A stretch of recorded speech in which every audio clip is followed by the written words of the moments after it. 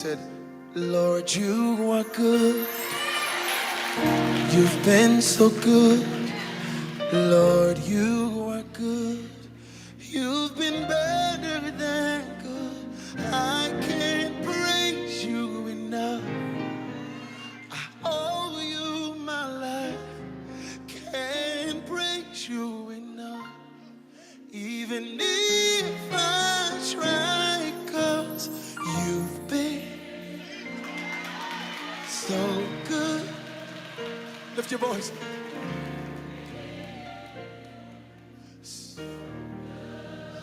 Come on, tell them today. You so good to me.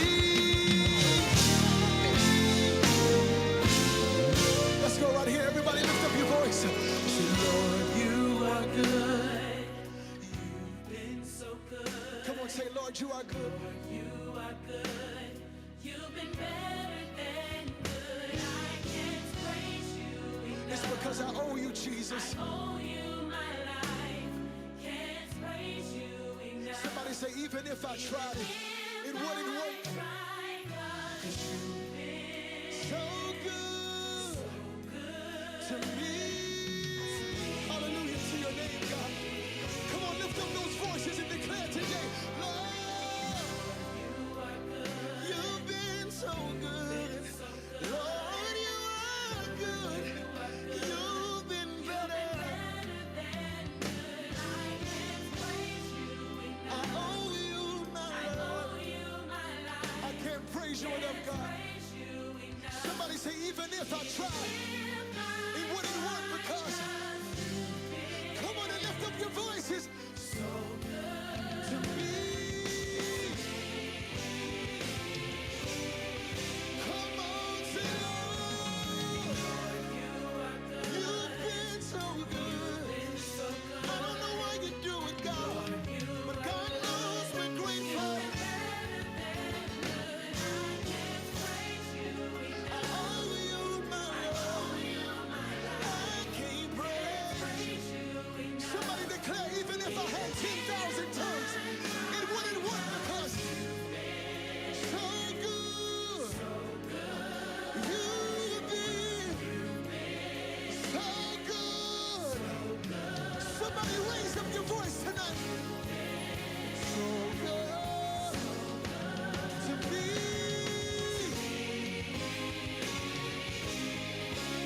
Now listen, we're getting ready to testify of the goodness of our Savior. So many doors, so many ways you made, so many times. Has he been better than good to anybody? So many doors, so many ways, so many times. Tell somebody, you've been better than good to me. So many doors,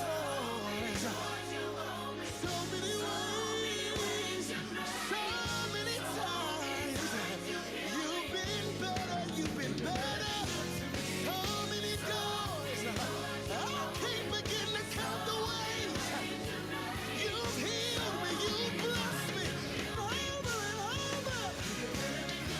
You've been better than good to me. You've been better than good to me. You've been better. I don't know why you do it, but I'm grateful. You've been better than good. I should have lost my mind a long time ago. You've been better. I have to give you all the glory tonight. When I think of the goodness of Jesus, I have to say, you've been better. You've been better.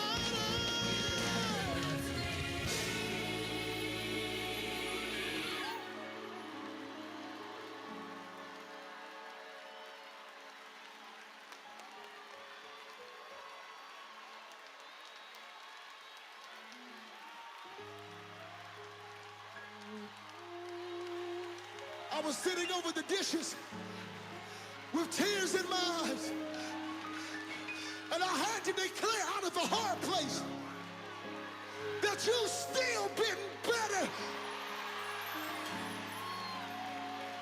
I can never repay you, Lord. can never repay you, Lord. I can never repay you, Lord, for what you've done for me. How you loose my shackles, how you set me free, how you made a way when there was no way, how you made a way when there was no way, how you made a way, shut up, when there was no way, oh God, you made a way, 'cause you've been so good. Come on, lift it up. You've been so good. Oh. Right there, right there. Let them hear your heart in that tonight.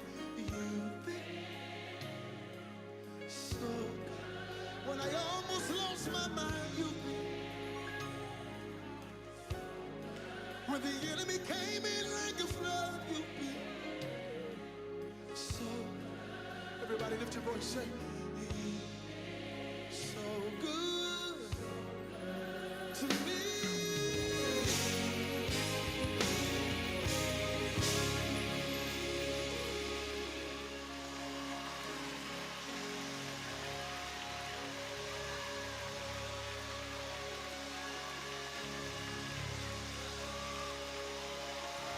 You've been better than good to me. You've been better than good to me. Yeah. You've been better than good to me. You've been better than good to me. Oh, you've been better. Oh, you've been better. You've been.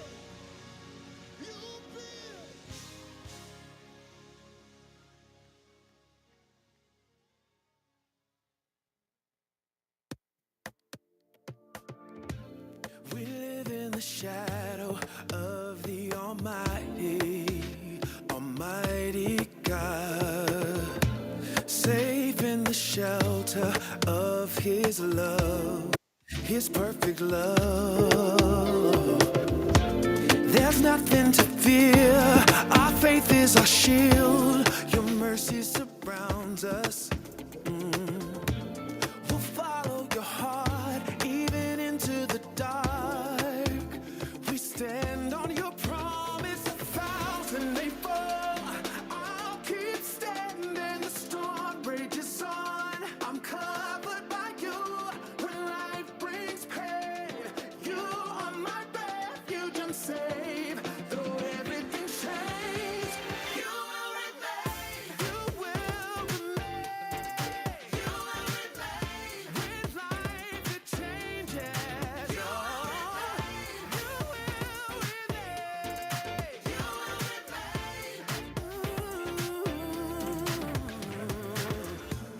We trust in the God of our salvation, our salvation.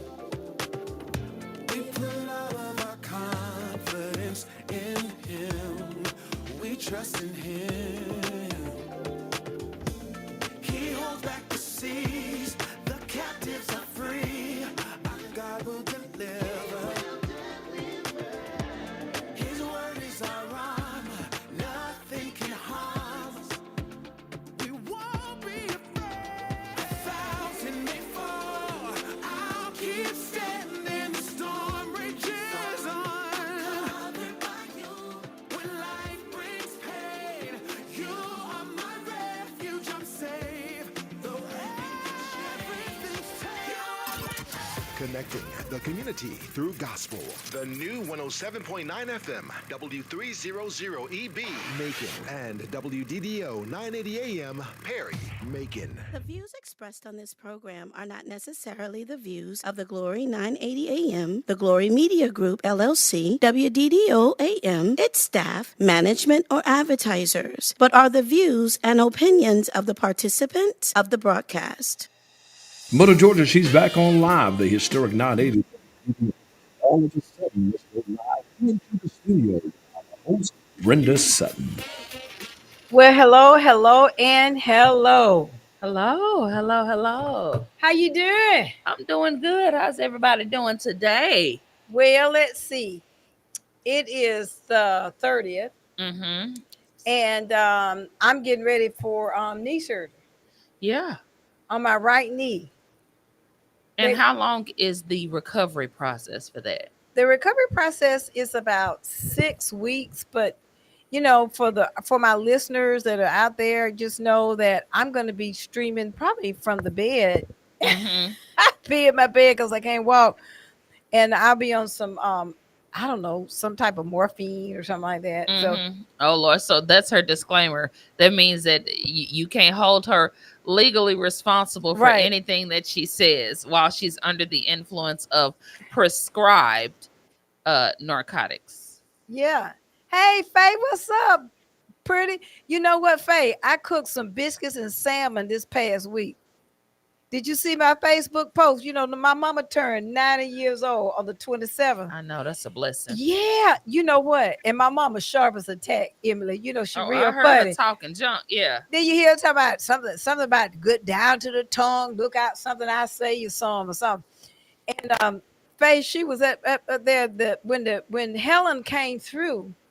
Get this, Emily, it knocked out the power going down Peak Road. Mm-hmm. And my mother is in the nursing home on Peak. Mm-hmm. So they didn't have any food. They didn't have anything but cold oatmeal to eat that morning. Mm-hmm. And so, when my mama called me and she was talking about Brenda, she always prays my name with an ER, Brenda. Mm-hmm.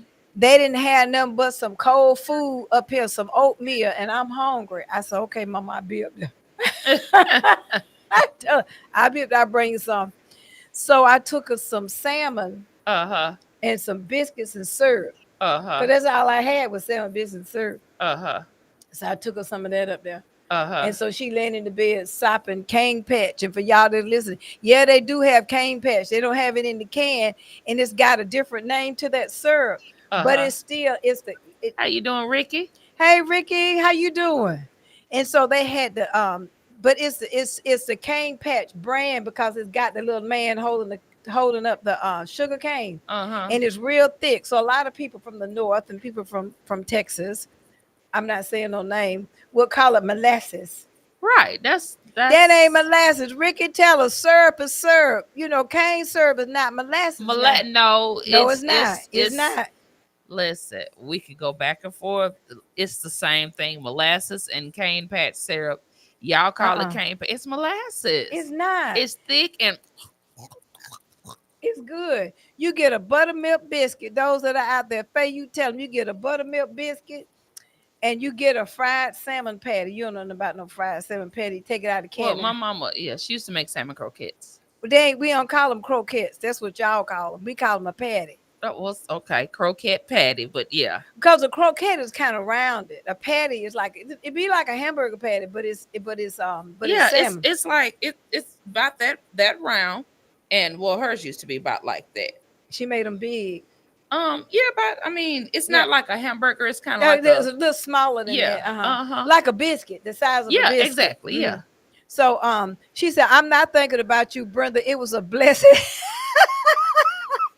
to have her 90 years given. You know what, Faye? My mama sharp as a tack. And I gave her some, and then I brought Miss Viola some, her roommate. But Miss Viola didn't eat any of that. But then Donnie Stewart made them, dinner because I had Donnie Stewart to make them something to eat. And so Mama, Miss Viola over there were eating, so she was so hungry because they didn't have anything. I didn't realize, like I said, the kitchen was shut down because it was cold.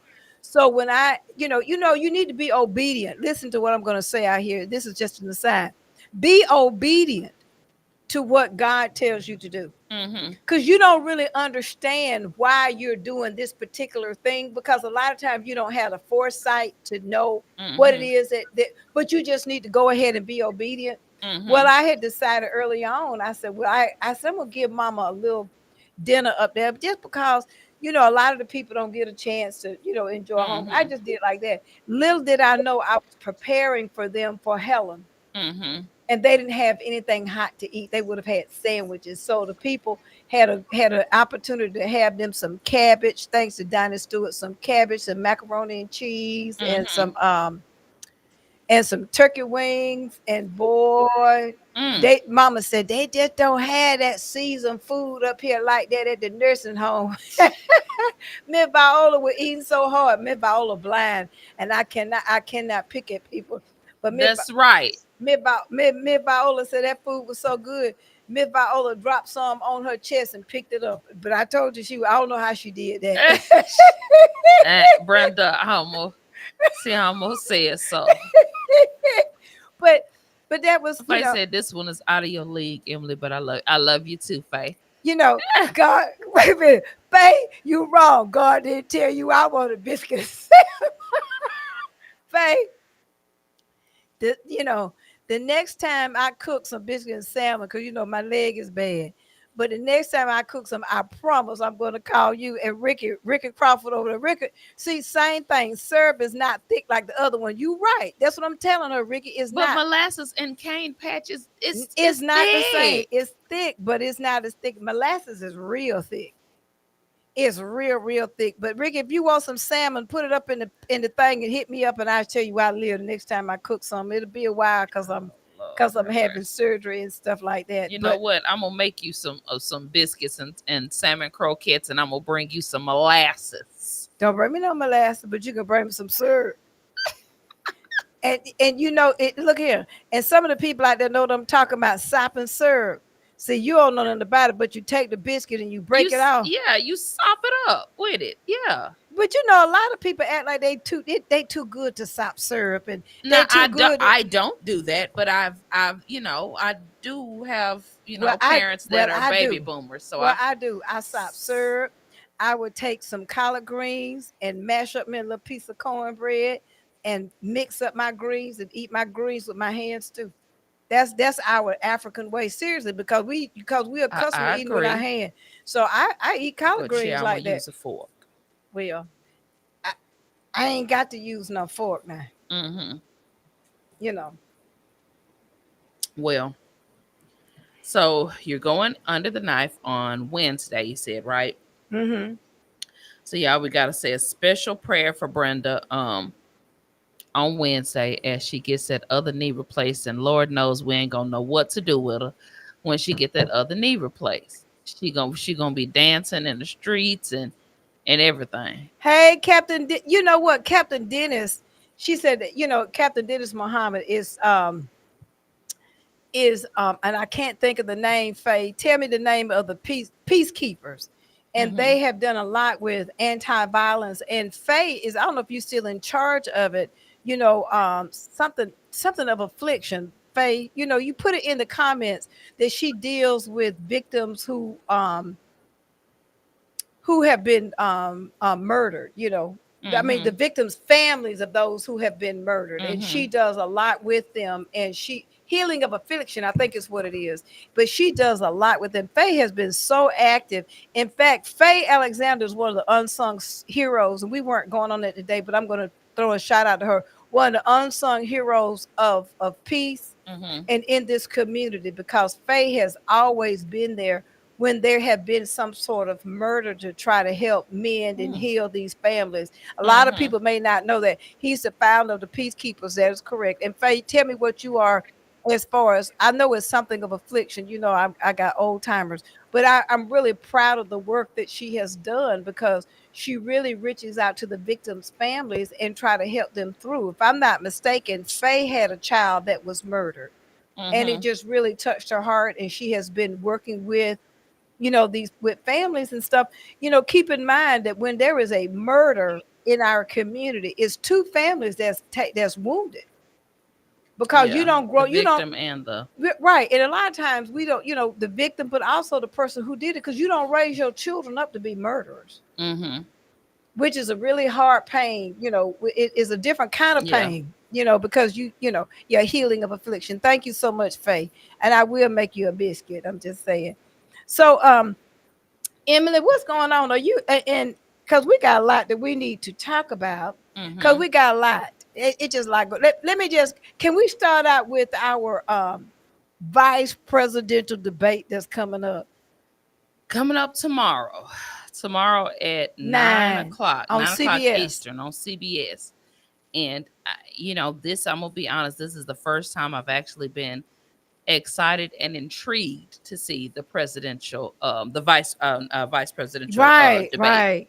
I've never even cared in the past. This time, I'm very intrigued and very curious as to how this is gonna go. Well, you know that I'm a big Kamala Harris supporter, and at first when she selected Tim Walz, I was like, who is that?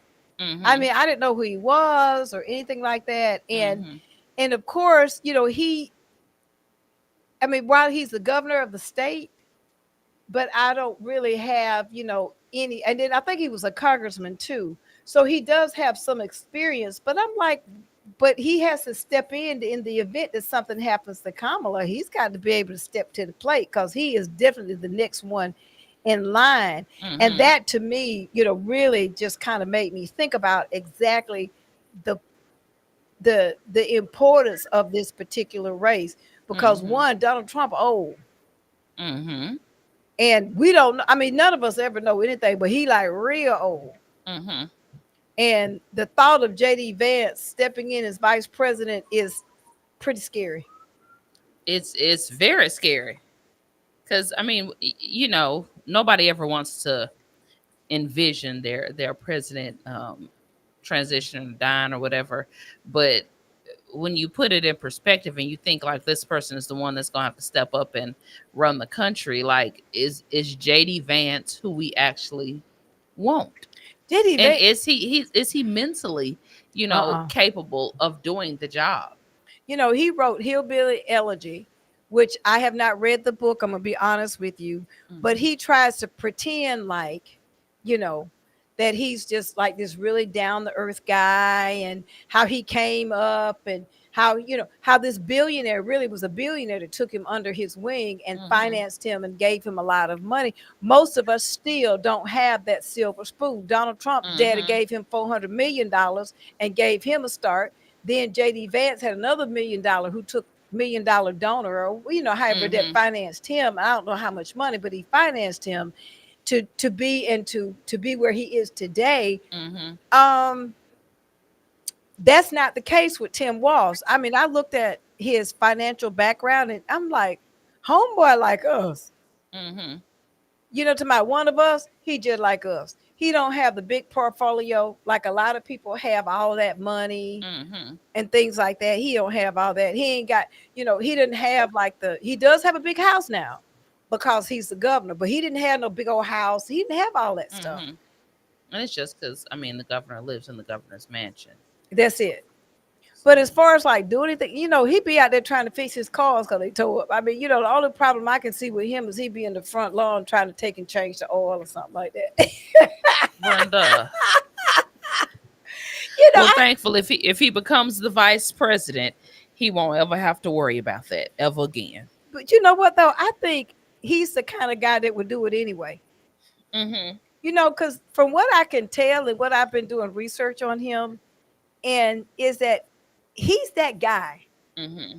He's that guy. If he saw you on the side of the road and you had a flat tire, that he'd pull over and help you change your tire. I mean, Mm-hmm. I for those listeners that are out there, I met him. I mean, I personally met him. If you go to my Facebook page, you can see me, standing next to him. And I don't know what I expected. I guess maybe you expect this really tall. You know, Mm-hmm. he was atypical.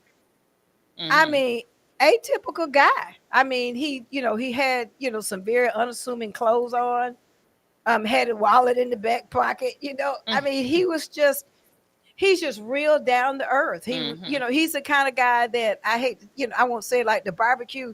You could ask him to go to the barbecue and he'd say, okay, he'd take his hamburger and eat it in a napkin. I mean, he's that kind of guy. He is not that, you, you know, he's approachable. He understands. Yeah, but will he take his hamburger and his ribs and his macaroni and cheese and put it on the little paper, the white paper place, the one that the family member was too cheap and they had to go get the paper place, and they went to Dollar General and got them paper plates. So when you pull up one, you pull about 4 or 5 at a time, and then sit it in his lap and his knees, he holding knees together. Yeah, White. he would do that. He wanted them. Okay. He wanted, he's just like a really cool guy. I got the impression from him, and I would have to say, like I told you, I listened to my insides.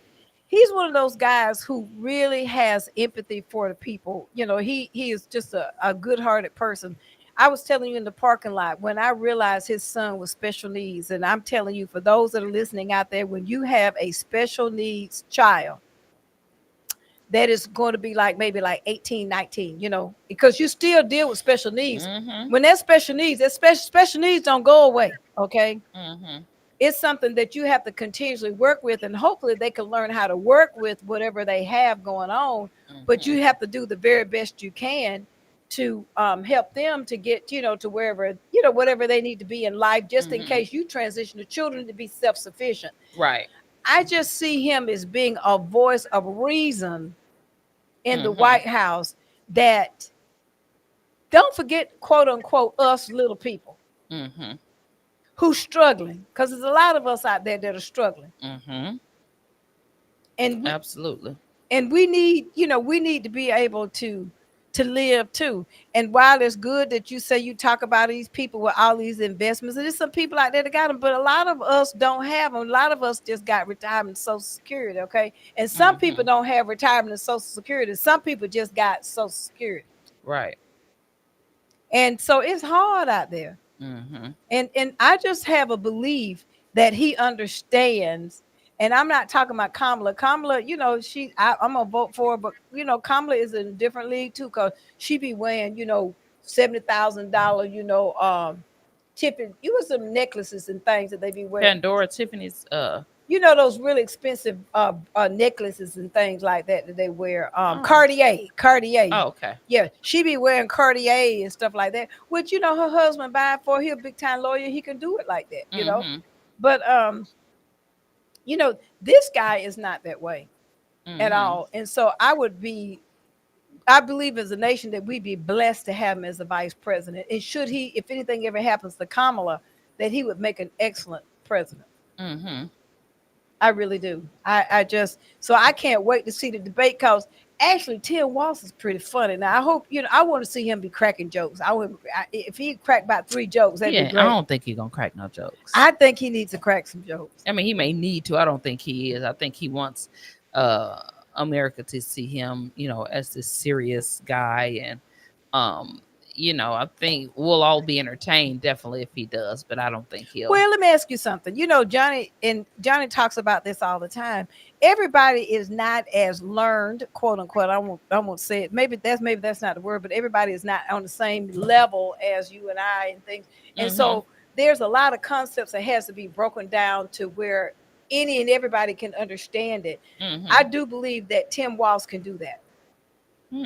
He has Johnny, I'll say, he has said to me before, and I'll say, well, this one is disenfranchised. He'll say, well, what does that mean?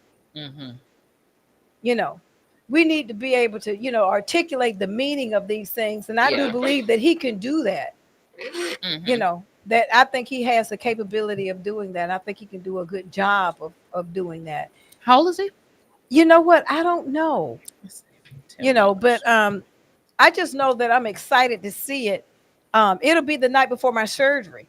Because, of course, I want baby sleep that night. So you going to be nervous?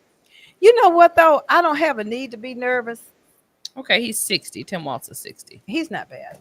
But I was going to say, I don't have a need to be nervous. I'm not. I have a very competent surgeon, Dr. Joseph Slappy from Ortho, Georgia. I'm going to have it done in Ortho, Georgia. So, you go home same day? I sure do. Okay. And so there Wednesday morning and back home Wednesday night. Yeah. And I'm his only patient. So by the way, now that I'm really excited about. You're the only one that day. I'm the only one that day. Right. Okay. So, and he said that the surgery would take about an hour and a half for me to do it. And the only thing I could think about was in going through this process, and it goes back to the presidential election. What happens when people don't have resources? because I'm telling you that, and I had to pay, and I have really, really, really, really, really good health insurance with the county, because y'all know that's what I work with during the day, is making bib.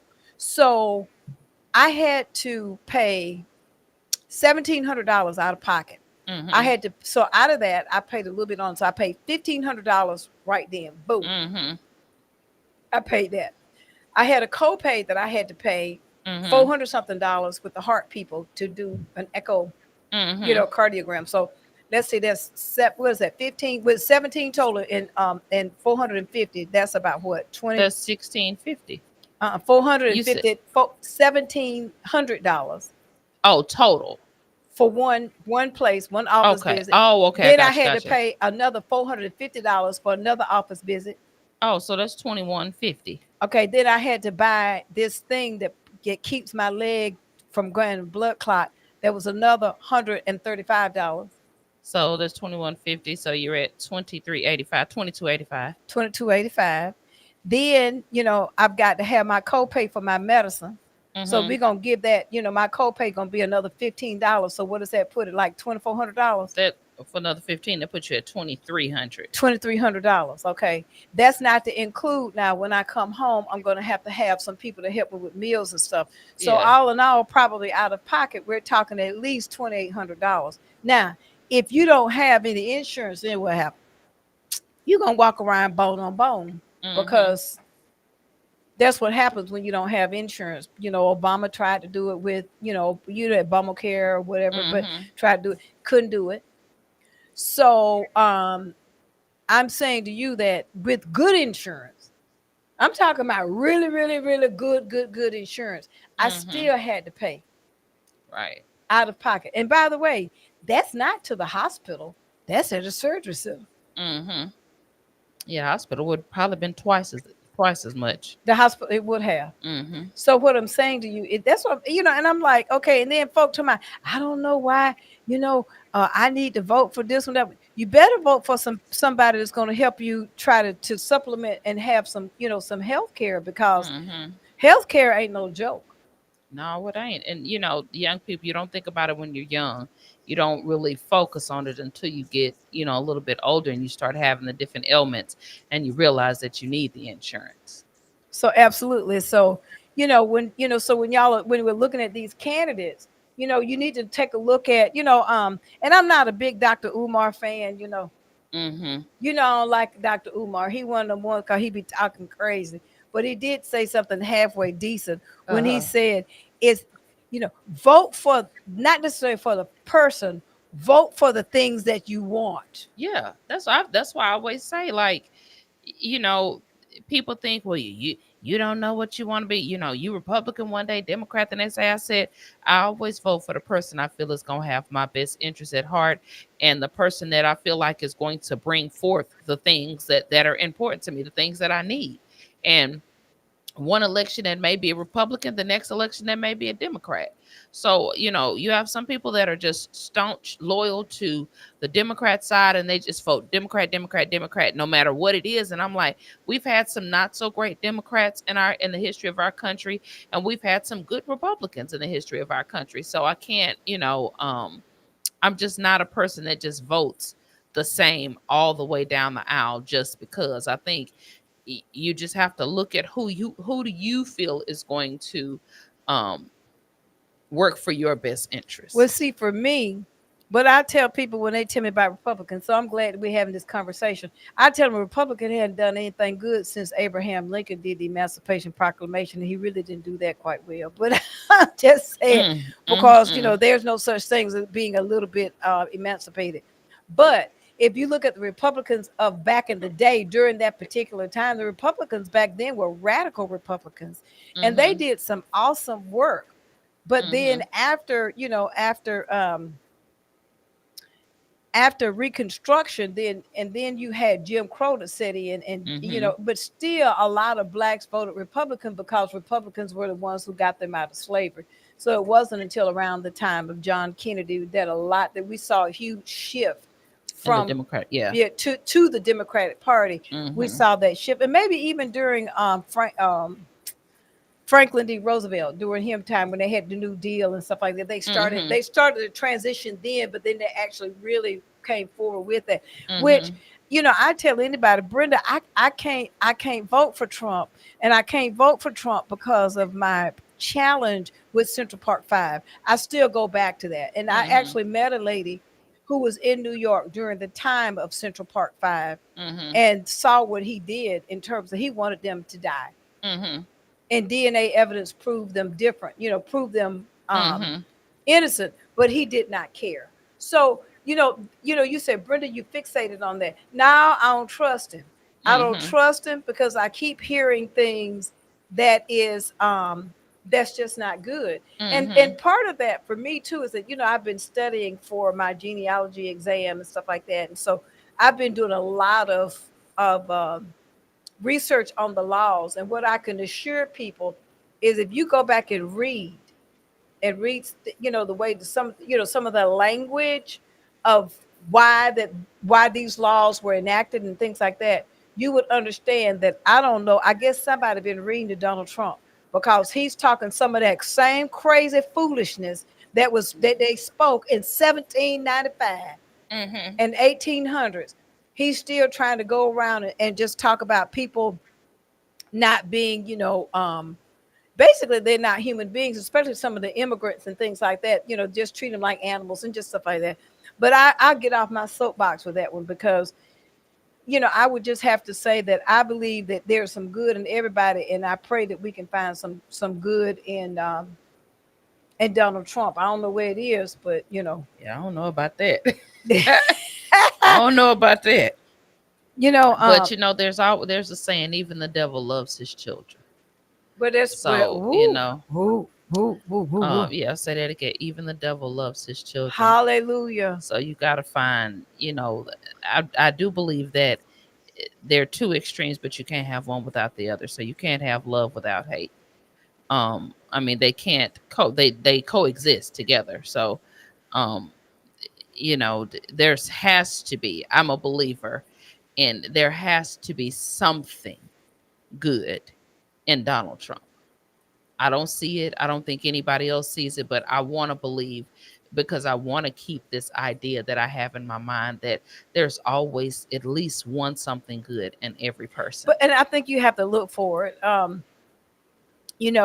don't hate anybody or anything like that. Hmm. I'm learning to actually through my mother that, you just have to pray for people sometimes and just leave them alone, kind of thing, and just leave it. So what's going on? I know you've been filing P. Diddy and that crew. Come on and give me the T. Give me the 411. What's going on with the Diddy? Well, it's getting stickier and stickier by the minute. We all know he got arrested. It was last week, or was it week before last? Either way, the judge denied bail, so he can't get out until the trial, and that's if he wins, of course. So they're reviewing the tapes. The feds, or the DA rather, is really reviewing the tapes, and there's going to be a lot of celebrities that are going to be subpoenaed to have to come in and testify. Really? Yeah, there's actually a lot. There's a lot of them out there, and I want you guys to be mindful. Like, this case is very deep. It goes deep. It goes far back, probably a lot further than any one of you could ever imagine, even back to Biggie's death, even back to the death of Kim Porter, which was P. Diddy's first. They weren't legally married, but his first, what we would call common law wife. But she's the mother of 3 of his children, the set of twin girls and one of the boys. So so much is going to be unraveled and put out there in the open. And I do believe certain people, Jennifer Lopez, I think, will be one that will be forced to I testify. think Jennifer, I agree with Justin Bieber, and I pray that he does not do anything to himself, harm Yeah. himself before, because I feel like if he's forced to testify, it's really gonna bust this whole thing wide open. I do believe that Usher will be one that may be forced to testify. I don't know if you know who Corey Gamble is, but Corey Gamble, I believe, will be one that's going to be forced to testify. What about Jamie So, Foxx? I don't. He did not party with Diddy the way people think he did. I think if I've watched a couple of interviews, several interviews actually, with Jamie Foxx, and he's never outright admitted to going to multiple Diddy parties. Now Diddy has come to a few of Jamie Foxx's parties, but I don't think he will be forced to testify. The ones that'll be subpoenaed or forced to testify are the ones that would have long-term dealings with him. So if you just happen to come to a Diddy party once a year, to his all-white annual party, you probably won't be forced to testify. But these people are going to be the ones that were actually in his life. Some of his, what they call, the Hollywood people call it, the handlers, people that are handling the situations for him, his personal assistants. All of those people will 100% be forced to testify, and may even be have to do a plea, because these people will be implicated in this. They were accessories to the crimes. And especially with Jennifer Lopez and her being around for a while. She was around that. Let me ask you a question. And I've been listening to y'all. Know I be trying to do TikTok. I ain't got no business doing it, but I be trying to do TikTok. And Jaguar Wright. What is your take on Jaguar Wright and some of the commentary? Because she said a while back. Well, I've been following Jaguar Wright for over 2 years. Okay. And a lot of people don't. I've been knowing Jaguar, not knowing her personally, of course, but I've been knowing her since her music days, which she came out in the 90s, which is when I was really talented. She's very, very talented. So I knew of her back then, and she just dropped off the face of the planet. Nobody ever heard from her. Nobody knew where she went. And so much so, it's like they erased her so much so to the point where I had forgot about her until about maybe about 3 years ago. It just so happens one of her videos popped up into my news feed on YouTube. And so I clicked on it, and she doesn't look like she used to a long time ago. And so I was like, Jaguar Wright, that name is real familiar. So when I just typed her name into YouTube, her music videos came. I mean, automatically I remembered who she was. And I was like, oh yeah, I forgot about her. So anyway, I've been following her for years now. And she predicted, if you want to call it that word, she predicted the downfall of Diddy years ago. I was going to say she did. She said years ago that he was doing all of this stuff, and that she was the first one to actually come forward and say, this is what he's doing, this is what's going on, and to try to kind of bust the thing wide open. And so here it is, like I said, I followed her, and literally everything she said was going to happen to Diddy has happened to Diddy. Everything, all the people that she said was implicated were the exact people that ended up being implicated. And I know we mentioned this, and we make light of it and joke about TD Jakes. I believe that TD Jakes will be implicated in some form or another. I don't know if he'll necessarily be forced to testify. But I believe, I believe that he will end up having to step down, and actually, he kind of already has. He's proactive, because these people knew what was coming down the pipeline. I know you remember last year he kind of gave the reins over to his daughter, right? And I thought that was right after all of that kind of broke loose, and he said it wasn't, I didn't do anything. I'm not going to even acknowledge it, because I'm not going to acknowledge the rumors. I'm not going to ask for forgiveness and stuff. Yeah. And I thought then, I said, okay, TD, you have gone too far, because you should ask for forgiveness, because the thing that a crook, see, I don't understand the mentality of this. When a person is a crook, they do crooked things. That's just what they do. He had cameras all over that house. So you can rest assured, just like they found all the other paraphernalia in the house, they've got videos of everything that was in that house, and everything and everybody. So all I can tell you is they got some technology out there. If they don't know your name, they just run it through. And you can install facial recognition software. That's right, because I have seen facial recognition software work Facebook has facial recognition It sure software. does, and it works. And it works. I Hmm. had some, I don't know what it was that came up. They were little dots and stuff all over there. And I'm like, how they Hmm.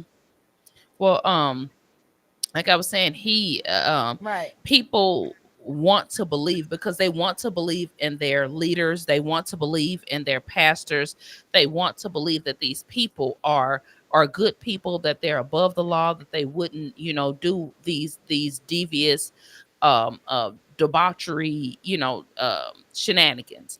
And at the end of the day, they're just regular human beings like you and I, and quite often, more often than not, they fall short.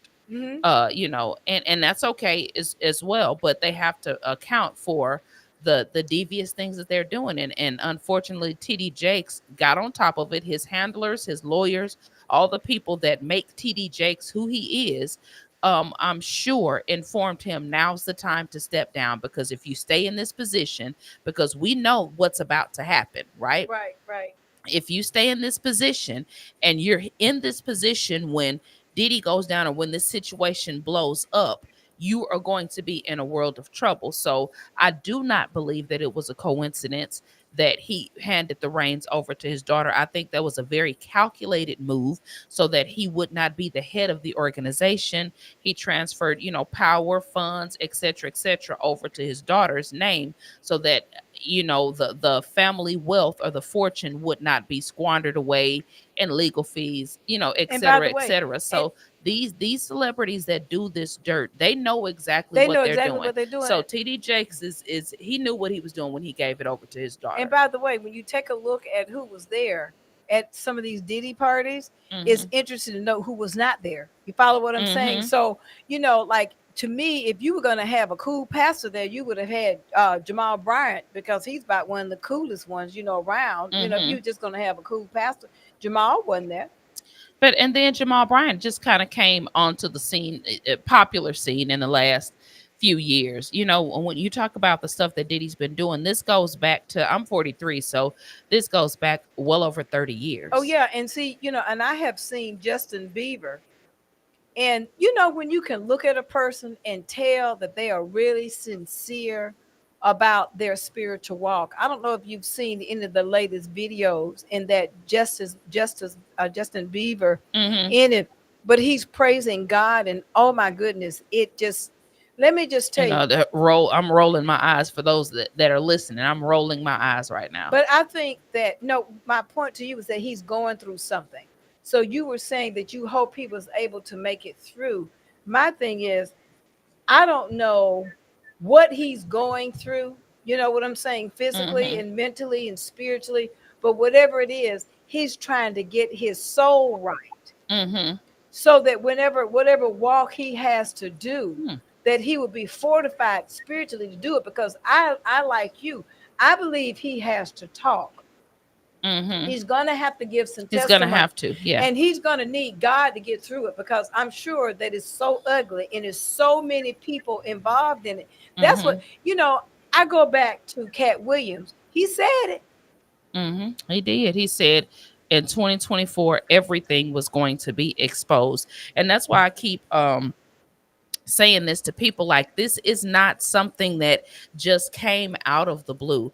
They have been building a case against Diddy for years.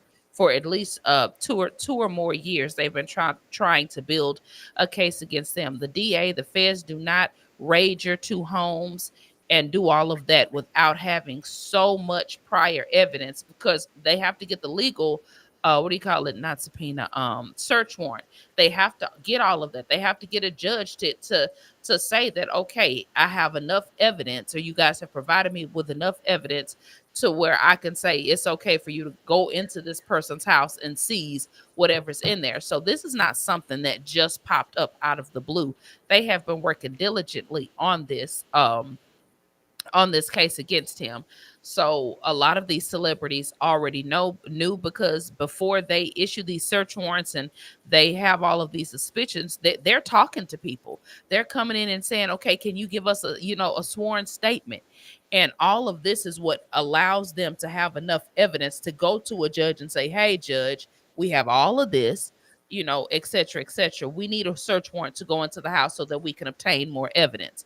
So this is not something that was just out of the blue. So these celebrities already knew this was coming. And by the way, and as you say, I would have to agree with you. My spirit says that this is certainly the tip of the iceberg, because really Jeffrey Epstein was the beginning. Jeffrey Epstein didn't even make it through prison. Okay. Right. And we know all the people that were around him, some very, very powerful people. And there are some very powerful people that went to Diddy parties and indulged in the kind of things that Diddy did and enjoyed it. And you just never, ever know. Yeah. And, keep in mind, I keep hearing folks saying, allegations of child sex trafficking and things like that. And I have to tell them, if you go back and look at what they actually charged him with, it was not child sex trafficking or child molestation, etc. Because there is no real evidence. Now, I think that that's why they are pushing so hard to get Bieber to testify. People like Usher to testify, because they were children at the time of the alleged acts. So Right. unless they can get these adults now to testify that he was doing this debauchery while they were children, but that's why they haven't been able to actually charge him with anything that has to do with minors. Well, The sex trafficking. I think they got him on video. I really do. I think, yeah, but it's just like the R. Kelly thing. If you got a good enough lawyer, you can get out of that, because you can say, well, that ain't me, or that's my brother, or that the same way R. Kelly got out, got free for what, 10, 11 years? Well, he got away with it. But that's the thing. I think that they have gotten smarter. These R. Kelly cases, or cases like that, have made lawyers and court systems just a little bit more intelligent. So the type of crap that they pulled back then to let R. Kelly, you won't get away with that stuff now. And plus, I also think that Diddy was paranoid in that he kept tapes. Well, yeah, he kept and both of his meticulous tapes. And that's the irony. I was telling another one of my friends, I said the irony is the very thing that he used to that he was going to use to protect himself. And that's how you get power in Hollywood. And people always be like, oh, the Illuminati's not real, blah, blah. But there is a hierarchy. You can call it the Illuminati, the whatever it is you want to call them. There is a hierarchy, and in order to get that high in the music industry, because Diddy's music isn't that great. We can all agree that his music wasn't that great, but in order to get the status that he got, you have to have something or someone in your corner that's pushing you to this, to this status that he was at. And Diddy was a billionaire with all of his endorsements, his alcohol brands and everything. He was a billionaire. How many billionaire rappers do we actually have? Well, it's not very many. And the other one they're saying, and alleged, and by the way, I'm not saying they did anything. I'm just saying alleged, the street committee I heard, is that Jay-Z is next. But I am very interested to see. Well, that was for me. You heard that from me. No, Jaguar Wright. Jaguar, he's absolutely now. next. Jaguar Wright has said that if you look underneath, of who's doing what, then she's saying that Jay-Z is the puppet master. But just understand, there are a lot of preachers. There's all kind of powerful people who are behind this, who are involved in it. And so, when I asked the question, what did he do? Who did he make mad? I'm talking about P. Diddy. You had to have done something to really alert these people to just kind of go after you, because they let you walk. And I don't know if he got greedy or whatever. I really don't know what prompted them to go after him like that, but something did in somebody. Yeah, he and I think all of that will eventually come to light, come to the surface. It won't be right away, but it'll eventually come out. But he definitely pissed off some higher ups. One thing that I will say about Diddy did not live a low profile, and I think that that's why Jay-Z has been able to get away with his dirt for so long, because Jay-Z knows how to, I call it fade to black. He knows how to fade into the darkness and stay back there. And some people are greedy and hungry for the spotlight. In comes your Diddy's. because you have to have somebody that perpetuates the lifestyle, somebody that's in everybody's music video, that's showing, the world, look at this huge lavish lifestyle that I want to live. And normally those are the pawns is what I call them. Like, they have to put somebody out there that they know it, if stuff goes down, we have somebody to pin it on. And so there's a certain demon, I call it, or a certain energy or entity that's in a person that craves that spotlight. Like, I want to have it. I want to have the spotlight. I want the world looking at me. It's another form of narcissism, but that's a demon. That's an energy that resides in people that have to have that much attention, that have to have that type of sexual debauchery, centered around them. Well, And I that believe that P. Diddy was the one they chose to put him out there to perpetuate that lifestyle. And Jay-Z, I feel like, is a puppet master. I feel like and Jay-Z is, like I said, he faded to black. He's always in the background. You never really hear anything negative about Jay-Z, but when you do, they shut it down immediately. Or the rumor gets debunked. The rumor Well, let gets me just debunked. say the thing I see with Jay-Z, one of the things that I would say that P. Diddy did not do that Jay-Z did is he put on the front of having a family. Oh, You know absolutely. what I'm saying? Yeah. And then, you see him at the game with his children. Mm-hmm. So whatever he's doing in his personal life, and I don't know nobody knows what's going on in anybody's personal life, but on the surface, Mm-hmm. it looks like he enjoys his daughter, It does, and and that's all of that is orchestrated.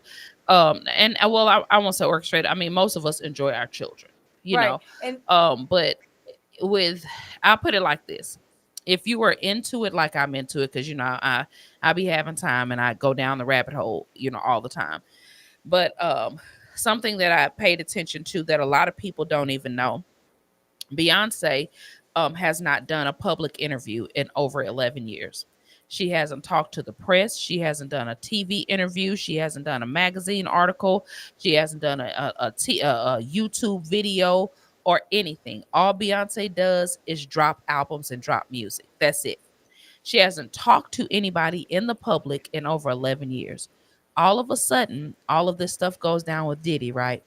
Beyonce does an article for GQ magazine. Of all the people, you're a woman's woman. You're about beauty and right, right. woman, female power, empowerment, etc., etc. But you don't do an interview for Vogue. You don't do an interview for Claire, for Essence. Elle magazine, for Essence, for Ebony, for any black publication. You go and do it for a male magazine. How odd and weird is that? But during the article, the most important thing is within the article, she's talking about how much, Jay-Z is a family man and we're about family and my children are so important to me. And she's going on and on and on and on and on about that. And I feel that is not a coincidence that this is when that article decides to drop. Like, you've kept your mouth shut for over 11 years. And all of a sudden, when this goes down with Diddy, you know that your husband's name is going to come up, but we're going to paint the picture of him being such a family man and, somebody that really cares about his community and, blah, blah, blah, all of this, trying to paint a picture that they're all about family, so on and so forth. But, that's a very calculated move. I agree with you. And I think that that's one thing, when they always call them stars, and I never liked that term. I'm like, they're just people. I don't know what you mean about their stars. What do you mean by that? But we need to stop elevating people up to these levels, because when you do, they'll let you down. Personally, I've never been a Diddy fan. I did not like him. Maybe I'm out of the wrong era or whatever. Well, not Jay-Z or whatever. I don't like any of them. But I just know that some of that lifestyle, a lot of young people crave that lifestyle. They need to understand, along with that lifestyle comes other things that may not be as pleasant. And let me just say, I'm a Cat Williams fan now. Of course you would be. I like Cat. And I like Cat because Cat is honest. You may not like him. You know what I'm saying? You may not like some of the stuff he say, because Cat say some crazy stuff, but he's smart, so I don't know what, But when he came out and just talked about this was going to be the year of truth, and we talked about it on the radio at the very beginning of the year, that this was the year of truth, and that we believe that things were going to be exposed. Look how things are being exposed. Just look at it. Yeah. I mean, he called it, and he said it. I was concerned when he said it, because I said to myself, I was like, ooh, I don't know if Cat Williams should have said that. He out here exposing people. I'm like, is this gonna be, detrimental to him? Is this gonna cause, some kickback from him in terms of just his safety, for him and his adopted children? And that's kind of what I was thinking, like, oh man, I don't know if you should have did that.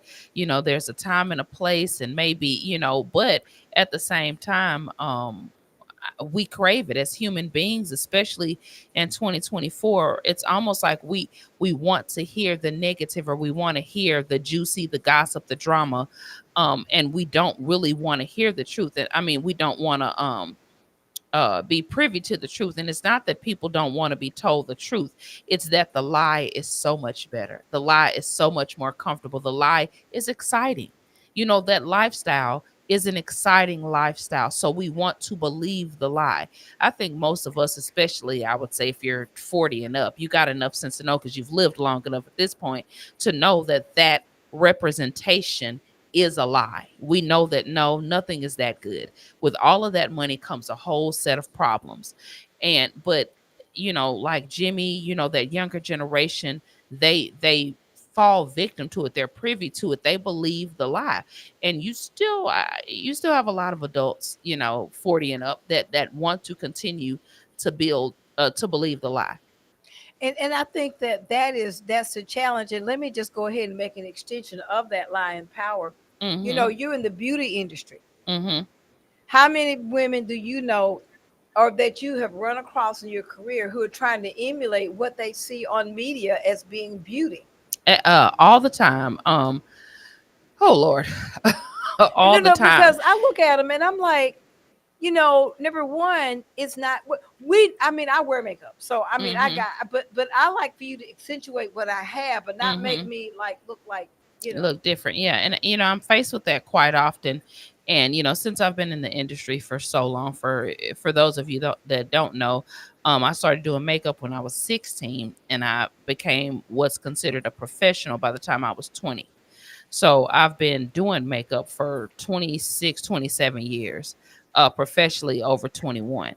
And we follow the trends just like hairstylists do. We follow, what's current. It's typically whatever the celebrities do, people catch on to that trend, and that's what makeup is doing at that particular time. But I've coined the phrase, of course, not I, but people call me the GOAT. When it comes to makeup, I have made a habit of sticking to what I believe is who I want to represent. So when you sit in my chair, I'm going to do your makeup, but when you get out, you're still going to look like you. And I think that's important for me and my brand. I don't want to be known as the girl who makes you look like a completely different person. And sometimes you can't help that, because if you never wear makeup and you put makeup on, you are going to look different. But I'm not into all the heavy contouring, and I don't like to live up to the stereotype of celebrities and stars. One girl was like, I make Cardi B. She brought in a picture and said, I like Cardi B's makeup here. Can you make me look like that? And you see how she snatched here. And I said, have you ever seen Cardi B without makeup on? And she said, well, yeah. And I said, that's what Cardi B looks like. That's her real self. I said, put that picture next to this picture. They don't even look like the same person. I said, and furthermore, do you realize the amount of plastic surgery that Cardi B has gotten over the years? So you're asking me to make you look like someone that has gotten a massive amount of plastic surgery done. So what you're asking for is an unrealistic expectation. And so when they sit in my chair, I try to, get them to understand the limitations. Like when you go out, you still want to look like you. You don't want to not look like you. Right. Because I can make you look real good looking like you. but it's the hype of it all. They want to look like these celebrities. They want to emulate the celebrities.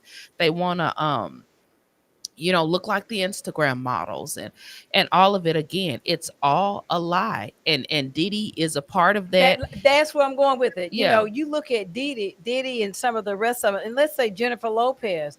Mm-hmm. The type of conversation that is, I can't even talk about it on air, but what she's known for is something that, I mean, she's getting a divorce now, I think, from Ben Affleck or whatever like that. She probably should have, again, probably should have stayed there. Mm-hmm. But this is she's got a big mess going on. And let's just hope that she get out of this. Mm-hmm. I mean, she's not a threat to them. And when I say them, I mean the higher up. She's not a threat to them. I think that she will come out of this unscathed. I do, but I feel like her reputation will take a hit. But unlike us, they can recover. No, she's not a they because she's Hispanic. So she's not. Still don't. But no, she's not going to recover. And I'm going to tell you one of the reasons why. She'll recover. Well, let's just say she was carrying a Hermes bag that she had not paid for. Mm-hmm. Hermes blasted her for it. I don't know if you saw that they blasted her. So this image, that was the first time I've ever known any sort of company that would put you on blast for non-payment the way that they did. Because typically, they would say, well, Jennifer Lopez is carrying this. And Hermes, for our listeners, I was a very, very, very, I think that bag was like was it $75,000 or $175,000? Yeah, it's ridiculous. It was like $175,000 bag or something like that.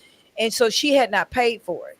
And it was like a one of a kind. So it was a really exclusive kind of bag. And so they put her on blast for it. And like I said, typically they wouldn't do that. They said, well, it's Jennifer Lopez and she's in it's publicity. And I think probably she thought it was going to go. So my point to you is a lot of things that she has been done, especially because she's nasty, is now coming to light. And so some of the goodwill that she's had has been lost, Emily.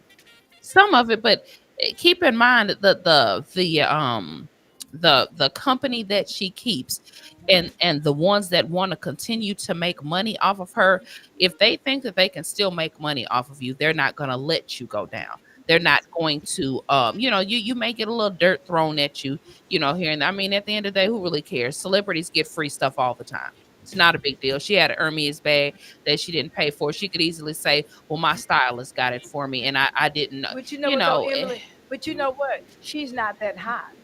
So it's a lot. Well, no, she's not that hot, not like she used to be. But that's my movie wise, yes, she is. Like she could still sell out a movie now. She can bring them to the box office. She's not what she used to be, but she's still at what you would consider a box office draw. So I think she's still making enough. She still has enough pull. If they put her in a movie, she got 3 or 4 of them out on Netflix right now. So she pulling in some money still. Well, you know what? I'm gonna sit back.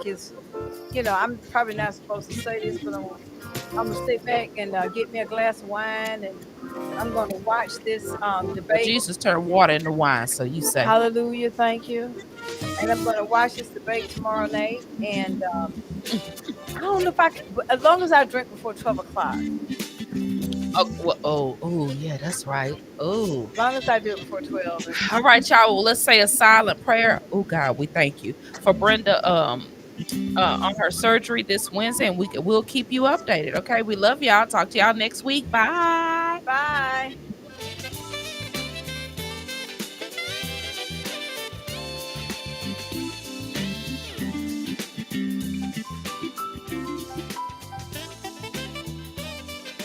You've been listening to All of a Sudden. Join them every Monday evening from 5:30 to 6:30. All of a Sudden with your host, Brenda Sutton. That's every Monday. We'll see you there. The views expressed on this program are not necessarily the views of the Glory 980 AM, the Glory Media Group, LLC, WDDO AM, its staff, management, or advertisers, but are the views and opinions of the participants of the broadcast. Connecting the community through gospel. The new 107.9 FM, W300EB, Macon, and WDDO 9.